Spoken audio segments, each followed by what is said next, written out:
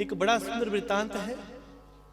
वृंदावन की पावन भूमि में वृंदावन के दर्शन करने के लिए दो भाई दो संत चले। एक संत का नाम है वृत्त और एक का नाम है अवृत्त। ध्यान से सुनिएगा, जीवन के परिवर्तन के लिए यह प्रसंग बहुत महत्वपूर्ण है। दो संत हैं, दो महात्मा हैं, दो भाई हैं। एक का नाम है वृत्त और एक का नाम है अवृत्त। दोनों वृंदावन के दर्शन के लिए चले। आज तो जन्माष्टमी है, बड़ा सुंदर झूला झुलाया जाएगा, भगवान के दर्शन करेंगे, रात को 12 बजे झूला झूलेगा। अब कथा प्रेमियों, भगवान के दीदार के लिए वृत्त और अवृत्त दोनों भाई दोनों संत चले। जैसे ही, बहुत उस समय में, ये उस जमाने की बातें हैं जब गाड़ियां होती नहीं थी, पैदल जाते थे, तो वृत्त और अवृत्त बहुत लंबी यात्रा करते हैं। और जब सायंकाल होने लगा तो वृत्त और अवृत्त दोनों भाई एक स्थान पर पहुंचे और वहां पहुंचकर दोनों भाइयों ने यहां वहां पूछा, भैया बताओ अभी बिहारी जी कितने दूर हैं? तो वहां कुछ खड़े लोगों ने बोला, देखो भैया बिहारी जी का दर्शन तो भी बहुत दूर है। अब वृत्त और अवृत्त दोनों भाइयों में से एक भाई जिसका नाम वृत्त है, जो प्रवृत्त है, उसने कह दिया दूसरे भाई से, देखो भैया मैं तो अब चल नहीं सकता, मेरी टांगे टूटी जा रही हैं, मुझे पीड़ा हो रही है, अब मैं नहीं जा सकता, तुम चले जाओ, मैं तो आज यहीं रात काट लूंगा और कल सुबह आऊंगा, फिर बिहारी जी का दर्शन करूंगा। अब जो दूसरा भाई अवृत्त है, उसने बोला, भैया तुम्हारी मति मारी गई है, इतने दूर से चलकर आए और बिहारी का वो दर्शन जो रात को होगा, जब 12 बजे चिलमन हटेगा, वो पर्दा हटेगा, तो वो दीदार कल होने वाला नहीं है, फिर वो दीदार तो अगले वर्ष ही होगा। वृत्त बोले, नहीं भैया, तुम जाना चाहो तो जाओ, परंतु मेरी टांगों में इतनी पीड़ा है कि अब मैं चल नहीं सकता। अपने शरीर की पीड़ा से, अपनी टांगों की पीड़ा से इतना दुखी हो गया वृत्त, कहा मैं नहीं चल सकता। बोला रहोगे कहां? आमने सामने एक भाई खड़ा था, पूछा, भैया ये बताओ इस स्थान पर कोई रहने के लिए कोई जगह है, कोई धर्मशाला इत्यादि है? तो व्यक्ति बोला, देखो भैया, जिस स्थान पर आप पहुंचे हो, यहां पर कोई जगह रहने के लिए नहीं है, यहां चारों तरफ 1 किलोमीटर 2 किलोमीटर तक कोई जगह नहीं है, पर जिस स्थान पर तुम खड़े हो, यहां केवल और केवल एक कोठे वाली का कोठा है, बाकी कुछ नहीं है। अब अवृत्त ने बोला, भैया कहां रहोगे? तो वृत्त बोला, भैया इसमें क्या है, मैं तो कोठे वाली के कोठे पे रहूंगा। वृत्त बोले, तुम्हारी मति मारी गई, बिहारी जी के दर्शनों के लिए चले हैं, महात्मा है हम दोनों, एक कोठे वाली के कोठे पर रहोगे, लज्जा नहीं आती तुमको? वृत्त बोला, देखो भैया मैं कुछ नहीं जानता, मैं आगे जा नहीं सकता, मेरी टांगों में पीड़ा है, मैं कल जाऊंगा, आज तो कोठे वाली के कोठे पर ही आनंद लेंगे। एक भाई यात्रा पर चला बिहारी जी के दर्शनों के लिए और एक रुक गया कोठे वाली के पास। जैसे ही कोठे की सीढ़ियां चढ़ी, जैसे ही संत के चरण कोठे के द्वार पर पहुंचे, वो कोठे वाली दौड़ती हुई आई और उसने देखा कि एक संत मेरे द्वार पर आया है। तो उस कोठे वाली ने, आज तो उसके आंखों से अश्रु बहने लगे, नेत्रों से अश्रुओं की धाराएं बहने लगी और रो रो कर वो कोठे वाली दोनों हाथ जोड़ जोड़ कर, नाक रगड़ रगड़ कर प्रणाम करने लगी। आज मेरे कोठे पर कोई संत आया है,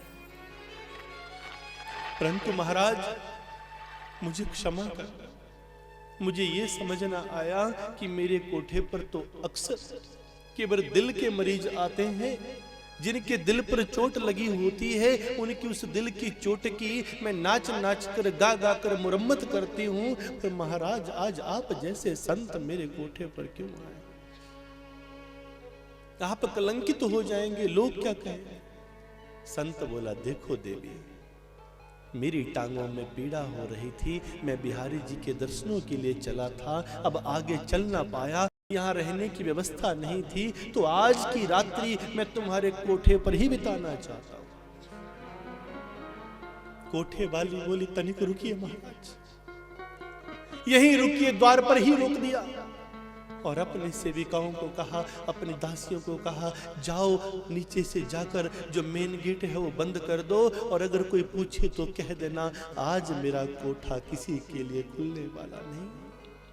दौड़कर अंदर गई, आरती की थाली लेकर आई, जोत जलाई और संत के चरणों का पूजन किया, उनके चरणों का सत्कार किया और फूल बिखेरती हुई अपने संत को अपने कोठे पर अंदर लेकर गई। एक सुंदर आसन लगाया, संत को वहां बिठाया और स्वयं संत के चरणों में बैठ गई और गिड़गिड़ा कर कहने लगी, हे गुरुदेव, मेरे जैसे कोठे वाली के कोठे पर आकर आपने मेरे जीवन को धन्य कर दिया है। हे गुरुदेव, मैं आज आपसे परम ज्ञान पाना चाहती हूं। चले थे बिहारी जी के दर्शनों के लिए, पहुंच गए कोठे पर। दूसरा भाई पहुंच गया बिहारी जी के चरणों में। जैसे ही रात्रि का लगभग 11:15 बजे का समय हुआ, पर्दा हटने का समय हुआ, तो बिहारी के चरणों में पर्दे के पास जो अवृत नाम का संत एक भाई जो पहुंचा था, जैसे ही पर्दा हटने ही वाला था कि संत को जो बिहारी जी के चरणों में पहुंचा है उसे ख्याल आया।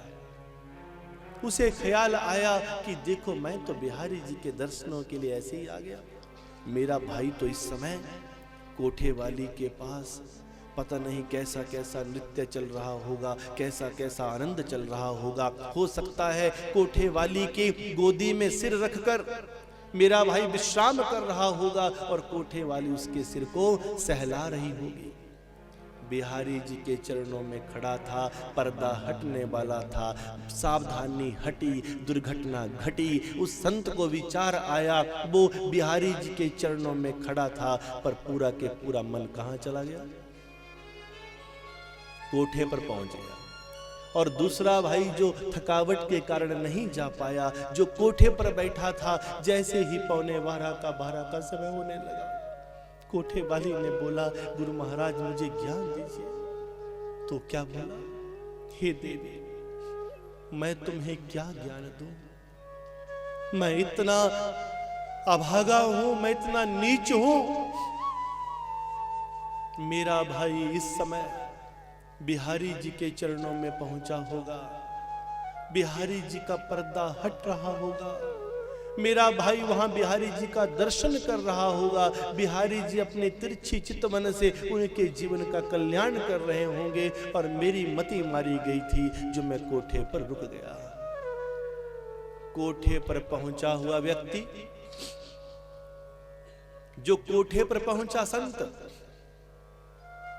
वो बिहारी जी के चरणों में पहुंच गया, और जो बिहारी जी के चरणों में पहुंचा था वो कोठे पर पहुंच गया। शरीर तो बिहारी जी के चरणों में था, पर मन कोठे पर पहुंच गया, और इधर तन तो कोठे पर था, पर मन वहां पहुंच गया। इसलिए मेरी माताओं बहनों, सज्जन पुरुषों, देवियों, सज्जनों, ध्यान दीजिएगा। सड़क के किनारे हर 10-10 फुट पर, हर किलोमीटर पर लिखा होता है, सावधानी हटी, दुर्घटना घटी।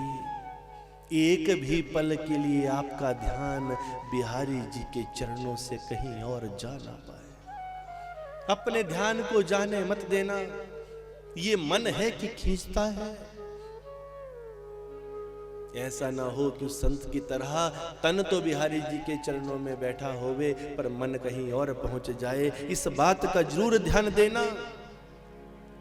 इस बात को आप केवल बनावटी मत सोचना, इस कथा को केवल किताबी ज्ञान मत सोचना। ये कथा उन लोगों के लिए है जिनका नाम या तो रसिक है या भावुक है। कहा, मुहुरहु रसिक भुवि भावुका।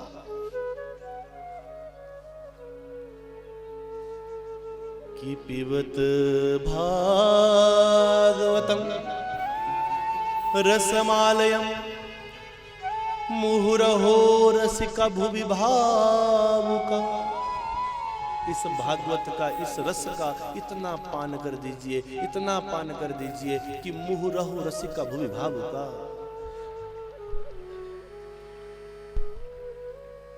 दो ही लोग हैं जिनका नाम कहा है कथा सुनने के लिए, एक का नाम है रसिक और एक का नाम है भावुक। अगर यहाँ रसिक और भावुक नाम के व्यक्ति बैठे हैं तो वही इस कथा का श्रवण करने के अधिकारी हैं, बाकी कथा में बैठने के अधिकारी नहीं है, बाकी उठकर जा सकते हैं। क्या क्या नाम है? एक रसिक है और एक भावुक है। या तो सूरदास की भांति, या तो सूरदास की भांति कृष्ण के प्रेम में, कृष्ण के रस में विभोर हो गया हो, या फिर मीराबाई की तरह उसके भाव में बह गया हो, भावुक हो गया हो। एक रसिक और एक भावुक। इसलिए ऐसा ना हो कि कथा में हाजिरी लगाने के लिए तो आए, पर जाने अनजाने से कुछ देर बैठेंगे तो बैठेंगे, तो जितनी देर बैठेंगे उस समय को प्रयोग कीजिए। वृत्त और अवृत्त की इस कथा को आप जरूर अपने मन में रखना कि ऐसा ना हो कि तन यहाँ हो और मन कहीं और चला जाए। ऐसा ना हो आए तो थे कथा सुनने के लिए, पर टेंट का रंग ही देखते रह गए और चले गए।